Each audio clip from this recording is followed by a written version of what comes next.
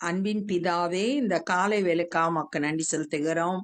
ஆண்டவரே, மை துதிக்கிறோம். கர்த்தாவே, எங்களுக்காய் உம்முடைய இரத்தத்தை சிந்தி ஆண்டவரே எங்களை மீட்டு கொண்டீர். அந்த அன்புக்காய் மை ஸ்தோத்திரிக்கிறோம், துதிக்கிறோம். ஆண்டவரே, எங்களுடைய பாவங்களுக்காய் நீர் ஒப்பு கொடுக்கப்பட்டீர். எங்களை நீதிமான் ஆக்கும்படியாய் எழுப்பப்பட்டிருக்கிறீர். அதற்காக மை துதிக்கிறோம், மை ஸ்தோத்திரிக்கிறோம். ஆண்டவரே அப்பா, இன்னும் உம்முடைய வல்லமையை மகிமையையும் அன்பையும் அறிந்து கொள்ள எங்களுக்கு கிருபை செய்யுங்க. இந்த நாள்ல இன்னும் நாங்க உம்மை கிட்டி சேர எங்களுக்கு உதவி செய்யுங்க. இந்த நாளின் வேத தியானத்தை எங்களுக்கு ஆசீர்வதித்து தாங்க. நீங்க எங்க கூட பேசுங்க. நேசிக்கிற இயேசு கிறிஸ்துவின் இனிய நாமத்தில் கேட்கிறோம் பிதாவே, ஆமென். எபிரேயர் 10வது அதிகாரம் 26வது வசனம். சத்தியத்தை அறியும் அறிவை அடைந்த பின்பு, சத்தியத்தை நன்கு அறிந்த பின்பு, என்ன சத்தியம்? இயேசு கிறிஸ்து நம்முடைய பாவங்களுக்காக சிலுவையில ரத்தம் சிந்தி நமக்கு மீட்பை பெற்று தந்திருக்கிறார் அப்படின்ற சத்தியத்தை அறிந்த பின்பு, நாம் மனப்பூர்வமாய் பாவம் செய்கிறவர்களாய் இருந்தால், பாவங்களின் நிமித்தம் செலுத்தத்தக்க வேறொரு பலி இனி இராமல். அப்ப சத்தியத்தை அறிந்த பிறகு மனப்பூர்வமா விரும்பி பாவம் செய்தா, அந்த பாவத்தை நீக்கிறதுக்கு பலி செலுத்துறதுக்கு வேற எதுவும் இல்லாததுனால நியாய தீர்ப்பு வரும் என்று பயத்தோடு எதிர்பார்க்குதலுக்கும். அடுத்து நியாய தீர்ப்பு தான். ஏன்னா அந்த ஆண்டவர் தருகிற மன்னிப்பை பெற்றுக்கொள்ள மனதில்லாம இருக்கிறதுனால நியாய தீர்ப்பு வருது.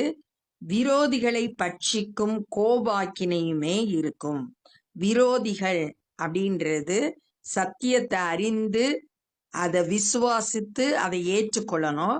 அப்படி இல்லாம அதை மறுதலிக்கிறவங்க விரோதிகள். அவங்க எல்லாம் என்ன செய்ய போறாங்கன்னா, கோபாக்கினை, தேவனுடைய கோபத்துக்கு ஆளாக போறாங்க. மோசேயினுடைய பிரமாணத்தை தள்ளுகிறவன் இரக்கம் பெறாமல் 2-3 சாட்சிகளின் வாக்கினாலே சாகிறானே. மோசே கொடுத்த நியாய பிரமாணத்தை, கர்த்தருடைய வார்த்தைய தள்ளுகிறவன் என்ன செய்யறான்? இரக்கம் பெற முடியாது, மரித்து போயிடுவான் அப்படின்னு சொல்லிட்டு இங்க சொல்லப்பட்டிருக்கு. இது என்னாகமம் 15வது அதிகாரம் 27-31 வரைக்கும் உள்ள வார்த்தைகள்ல, ஒருவன் அறியாமையினால பாவம் செய்தா பலி செலுத்தணும். அந்த பலி செலுத்தும் போது அவன் பாவம் நிவிர்த்தி ஆகி அவன் பாவம் மன்னிக்கப்படுது அப்படின்னு சொல்லிட்டு சொல்லப்பட்டிருக்கு. அதிலே என்ன சொல்லியிருக்குன்னா, அன்றியும் தேசத்தில் பிறந்தவர்களாகிலும் அந்நியர்களாகிலும் எவனாவது துணிகரமாய் யாதொன்றையும் செய்தால் அவன் கர்த்தரை நிந்திக்கிறான். துணிகரமா பாவம் செய்தா கர்த்தரை நிந்திக்கிறான். அந்த ஆத்துமா தன் ஜனத்தாரில் இராதபடிக்கு அறுப்புண்டு போக வேண்டும். அவன் கர்த்தருடைய வார்த்தையை அசட்டை பண்ணி அவர் கற்பனைகளை மீறினபடியினால் அந்த ஆத்துமா அறுப்புண்டு போக வேண்டும். அவன் அக்கிரமம் அவன் மேல் இருக்கும் என்று சொல் என்றார். அவன் பாவம் மன்னிக்கப்படாது, துணிகரமா பாவம் செய்தா அப்படின்னு சொல்லிட்டு அந்த பகுதியில நம்ம வாசிக்கிறோம். தேவனுடைய குமாரனை காலின் கீழ் மிதித்து, தேவனுடைய குமாரனாகிய இயேசு கிறிஸ்துவை காலின் கீழ் மிதித்து, அவருக்கு கொடுக்க வேண்டிய கனத்தை கொடுக்காம அசட்டை பண்ணி அவரை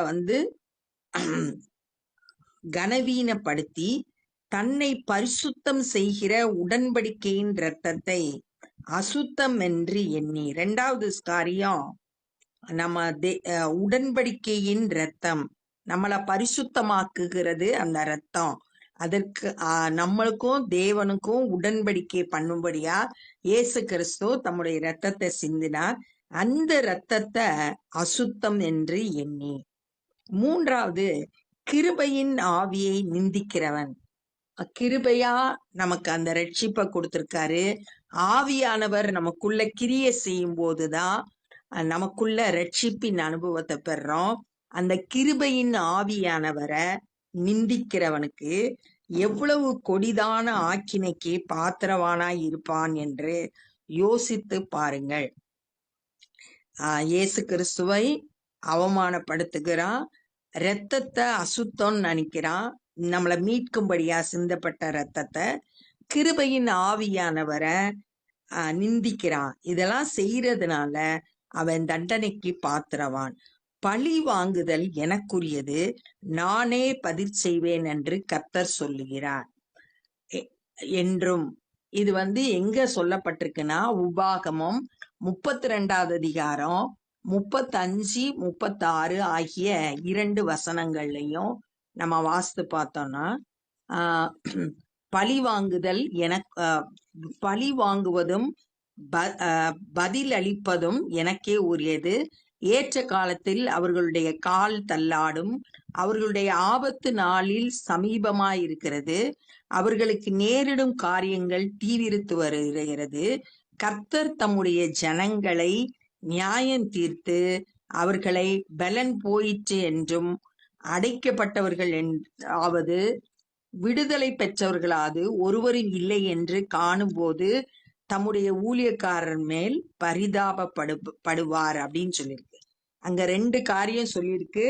பழி வாங்குதல் எனக்குரியது, நான் பதில் செய்வேன். 2வது, கர்த்தர் தம்முடைய ஜனங்களை நியாயம் தீர்ப்பார். இந்த 2 காரியமும் அங்க சொல்லப்பட்டிருக்குத பார்த்தோம். அப்படி சொன்னவர் யாருன்றது நம்ம எல்லாருக்கும் தெரியும். ஜீவன் உள்ள தேவன், உயிரோடு இருக்கிற கர்த்தர். அவர் கைகளில் விழுகிறது பயங்கரமாமே. அவர் தான் நியாயம் தீர்க்க போறாரு. அவரோட கரத்துல நம்ம போய் விழுகிறது ரொம்ப பயங்கரமானதா இருக்கும். முந்தின நாட்களை நினைத்து கொள்ளுங்கள். இது யாருக்கு சொல்லப்படுது அப்படின்னா, யூதா ஜனங்கள் யூதர்களா இருந்தவங்க இயேசு கிறிஸ்துவை உள்ளத்துல ஏற்றுக்கொண்டு ரட்சிக்கப்பட்ட பின்பு கிறிஸ்தவர்களா மாறின உங்களுக்கு சொல்லப்பட்ட எழுதப்பட்ட கடிதம் தான் இந்த கடிதம். அப்ப முந்தின நாட்களை நினைத்து கொள்ளுங்கள். நீங்கள் பிரகாசமாக்கப்பட்டிருந்த அந்த நாட்களில், பிரகாசமாக்கப்பட்ட அந்த நாட்கள்னா இயேசு கிறிஸ்துவை உள்ளத்துக்குள்ள வந்த பிறகு நம்ம பிரகாசமாக்கப்படுகிறோம். அந்த நாட்களில் உபத்திரவங்களாகிய மிகுந்த போராட்டத்தை சகித்தீர்களே. ஒருத்தர் கிறிஸ்துவை ஏற்றுக்கொள்ளும் போது அப்ப அவங்க யூதர்கள் என்ன செய்வாங்க, எதிர்ப்பாங்க. நிறைய பிரச்சனைகளை அவங்க சந்திக்க வேண்டியது இருந்துச்சு. உபத்திரவங்கள் வழியா கடந்து செல்ல வேண்டியது இருந்துச்சு. அந்த போராட்டங்கள் உபத்திரவங்கள் எல்லாம் நீங்க சகித்தீர்களே. நிந்தைகளாலும் உபத்திரவங்களாலும் நீங்கள் வேடிக்கை ஆக்கப்பட்டதும் அல்லாமல், நிந்திச்சாங்க, திட்டினாங்க, இயேசு கிறிஸ்துவை ஏற்றுக்கொண்டதுனால நிறைய உபத்திரவங்களை பட்டு அவங்களுக்கெல்லாம் நீங்க வேடிக்கை ஆக்கப்பட்டீங்க. அப்படி நடத்தப்பட்டவர்களுக்கு பங்காளிகளுமாய் ஆனீர்கள். அதே மாதிரி நீங்களே உபத்திரவப்பட்டீங்க, அடுத்து உபத்திரவப்படுறவங்களோட பங்காளிகளாய் இருந்தீங்க.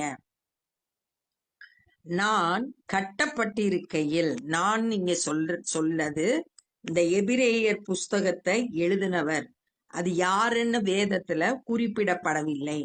அவர் நான் கட்டப்பட்டிருக்கையில் அப்படின்னு சொல்றாரு. அப்ப அவர் ஒரு உபத்திரவத்தை கிறிஸ்துவின் நிமித்தம் சகிக்கிறாரு. நீங்கள் என்னை குறித்து பரிதபித்ததும் அன்றி பரலோகத்தில் அதிக மேன்மையும் நிலையுமான சுதந்திரம் உங்களுக்கு உண்டென்று அறிந்து. பரலோகத்துல என்ன இருக்கு? அதிக மேன்மை. இந்த உலக வாழ்க்கையில நீங்க உபத்திரவப்பட்டாலும் பரலோகத்துல உங்களுக்கு மிகுந்த மேன்மை இருக்கு, நிலையான சுதந்திரம் அங்க நமக்கு இருக்கு. இத 2ஐயும் ஒவ்வொருவரும் அறிந்து கொள்ளணும். அப்பதான் அந்த உபத்திரவத்தை ஈஸியா கடந்து போக முடியும். பரலோகத்துல நமக்கு அதிக மேன்மை இருக்கு, நிலையான சுதந்திரம் அங்கு பரலோகத்துல வைக்கப்பட்டிருக்கிறது. அதனால பூமிக்குரியவைகள் அல்ல, மேலானவைகளை நம்ம நாடி தேடுறவங்களா இருக்கணும். உங்கள் ஆஸ்திகளையும் சந்தோஷமாய் கொள்ளையிட கொடுத்தீர்கள். அதனால பரலோகத்துல இருக்கிற மேன்மை அறிந்து அங்க நிலையான சுதந்திரம் இருக்கு அப்படின்றதுனால இந்த உலகத்துல இருக்கிற ஆஸ்திகளை சந்தோஷமா மற்றவங்க கொள்ளையடிக்கிறதுக்கு கொடுத்தீங்க. கஷ்டங்கள் வழியா கடந்து செல்றதுக்கு உங்களோட ஆஸ்திகளையும் கொடுக்கறதுக்கு சந்தோஷமா கொடுத்தீங்க அப்படின்னு சொல்லிட்டு சொல்லப்பட்டிருக்கு. ஆகையால் மிகுந்த பலனுக்கேதுவான உங்கள் தைரியத்தை விட்டு விடாதிருங்கள். மிகுந்த பலனுக்கேதுவான, அதிகமான, கிரேட் ரிவார்டு இங்கிலீஷ் பைபிள்ல கொடுத்திருக்கு. நம்ம கடைசி வரையந்தமும் விசுவாசத்துல எவ்வளவு உபத்திரவம் வந்தாலும் அதெல்லாம் சகிச்சுக்கிட்டு நம்ம கிறிஸ்துவுக்குள்ள தைரியம் உள்ளவர்களா உறுதியான மனநிலைமையோட இருந்தோம்னா கடைசி நாள்ல நமக்கு ஆண்டவர் நியாய தீர்ப்பு நாள்ல நமக்கு ரிவார்டு கொடுப்பாங்க. அந்த பலனை நம்ம பெற்றுக்கொள்ள போறோம். அதனால நம்மளோட தைரியத்தை விட்டு விடக்கூடாது. கிறிஸ்து நமக்கு கொடுக்கிற அந்த தைரியத்தை பற்றி கொண்டவர்களா இருக்கணும். நீங்கள் தேவனுடைய சித்தத்தின்படி செய்து, ஒவ்வொரு காரியத்திலையும் நம்ம வாழ்க்கையில தேவ சித்தம் நிறைவேறணும். தேவன் நம்மளை குறிச்சு என்னென்ன சித்தம் வச்சிருக்காங்களோ அந்த தேவ சித்தத்தை நம்ம செய்யணும்.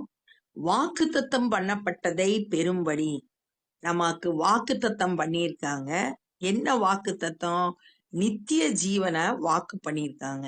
நித்தியமா என்றென்றைக்கும் அவரோடு கூட வாழ போறோம். அதுதான் நமக்கு வாக்கு பண்ணப்பட்ட சுதந்திரம். அந்த வாக்குத்தத்தம் பண்ணப்பட்டத பெறணும்னா பொறுமை உங்களுக்கு வேண்டியதா இருக்கிறது. இந்த உபத்திரவத்துல கடந்து செல்லும் போது பொறுமையோடு அதை சகித்து கடைசியில அந்த வாக்குத்தத்தம் பண்ணப்பட்ட நித்திய ஜீவனை பெற்றுக்கொள்ளணும்னா நம்ம பொறுமை உள்ளவர்களா காணப்படணும். பொறுமை உங்களுக்கு வேண்டியதா இருக்கிறது. வருகிறவர் இன்னும் கொஞ்ச காலத்திலே வருவார்.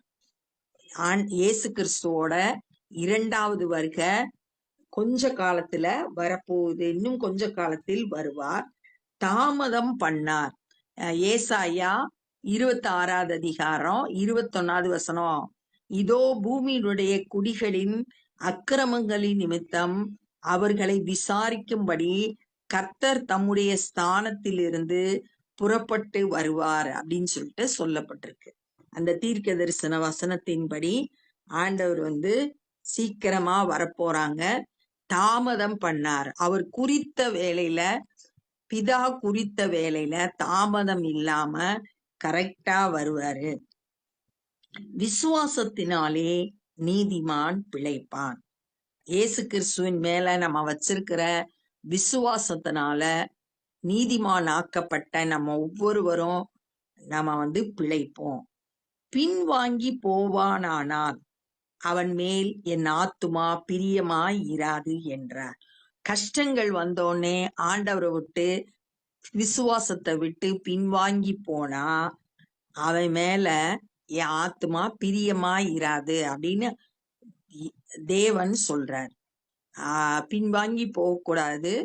எல்லா கஷ்டங்கள் மத்தியிலையும் நம்ம பொறுமை உள்ளவர்களா, விசுவாசத்தை காத்து கொண்டவர்களா, பவுல் சொல்றது போல விசுவாசத்துல நல்ல போராட்டத்தை போராடினே, விசுவாசத்தை காத்து கொண்டே அப்படின்னு நீதியின் கிரீடம் எனக்காக வைக்கப்பட்டு இருக்கிறது அப்படின்னு சொன்னது போல நம்மளும் நல்ல போராட்டத்தை போராடணும், விசுவாசத்தை காத்து கொள்ளணும், நீதியின் கிரீடத்தை பெற்றுக்கொள்றவங்களா இருக்கணும். பின்வாங்கி போகக்கூடாது. நாமும் கெட்டு போக பின்வாங்குகிறவர்களா இராமல், பின்வாங்கினோம்னா கெட்டு போயிடுவோம். ஆத்துமா ஈடேற விசுவாசிக்கிறவர்களா இருக்கிறோம். ஆத்துமா ஈடேறதுக்கு, ரட்சிப்பை பெற்றுக்கொள்றதுக்கு நம்ம கடைசி வரையும் விசுவாசம் உள்ளவர்களா இருக்கணும். அப்ப இந்த நாள்ல நம்ம என்னெல்லாம் கற்றுக்கொண்டோம்னா, சத்தியத்தை அறிந்தும் அந்த வார்த்தைக்கு கீழ்ப்படியாம துணிகரமா பாவம் செய்தா நியாய தீர்ப்புக்கு நாள்ல தண்டனையை பெற்றுக்கொள்ளுவோம் அப்படின்னு சொல்லப்பட்டிருக்கு.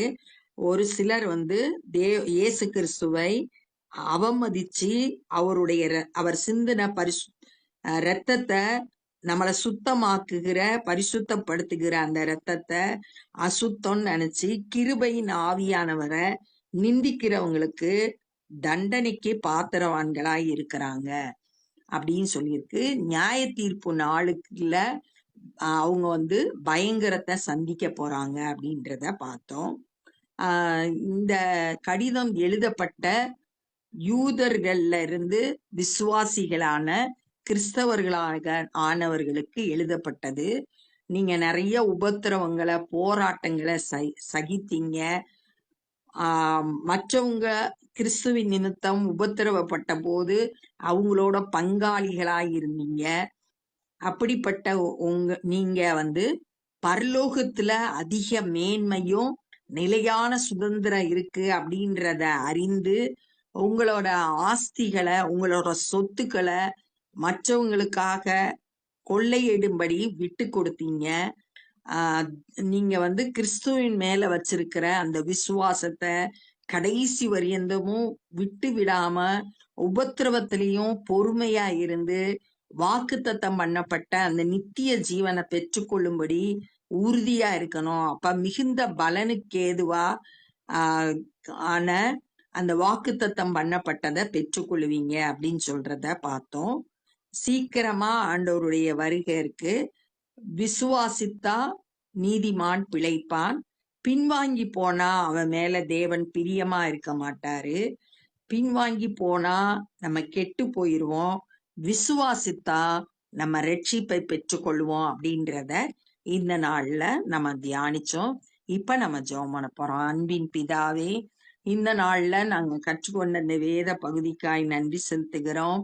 ஆண்டவரே, விசுவாசத்தை கடைசி பரியந்தமும் உறுதியாய் பற்றி கொள்ள எங்க ஒவ்வொருவருக்கும் கிருபை தாங்க. நாங்க சந்திக்கிற பிரச்சனைகள், போராட்டங்கள், பாடுகள் இவைகளுக்கு மத்தியில ஆண்டவரே எங்களுக்கு நீர் நம்பிக்கை வைத்திருக்கிறீர்.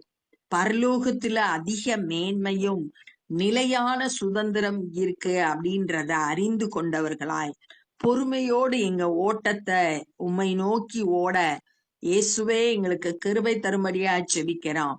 எல்லா சோர்வுகள் ஆண்டவரே, துக்கங்கள், கவலைகள், பாடுகள் எல்லாவற்றையும் ஆண்டவரே உம்முடைய கரத்துல நாங்க ஒப்பு கொடுக்கிறோம். இந்த காலை வேளையில எங்க ஒவ்வொருவரையும் உயிர்ப்பிக்கும்படியா செபிக்கிறோம். விசுவாசத்துல நிலைத்திருந்து பலனை தர கர்த்தர் உதவி செய்யுங்க. பின்வாங்கி போகாதபடி காத்து கொள்ளுங்க. இந்த நாள்ல சுவிசேஷ பணியை செய்கிற ஒவ்வொருவரையும் நீங்க பயன்படுத்துங்க. அநேகர் ரட்சிக்கப்பட உதவி செய்யுங்க. நாங்களும் மற்றவர்களுக்கு விசுவாச வார்த்தைகளை சொல்ல கிருபை தாரும். எல்லா துதி கன மகிமையும் உமக்கே செலுத்துகிறோம். நேசிக்கிற இயேசு கிறிஸ்துவின் இனிய நாமத்தில் கேட்கிறோம் பிதாவே, ஆமென். என் ஆத்துமாவே கர்த்தரை ஸ்தோத்திரி, என் முழு உள்ளமே பரிசுத்த நாமத்தை ஸ்தோத்திரி. என் ஆத்துமாவே கர்த்தரை ஸ்தோத்திரி, கர்த்தர் செய்த சகல உபகாரங்களை மறவாதே. ஆமென். God bless you.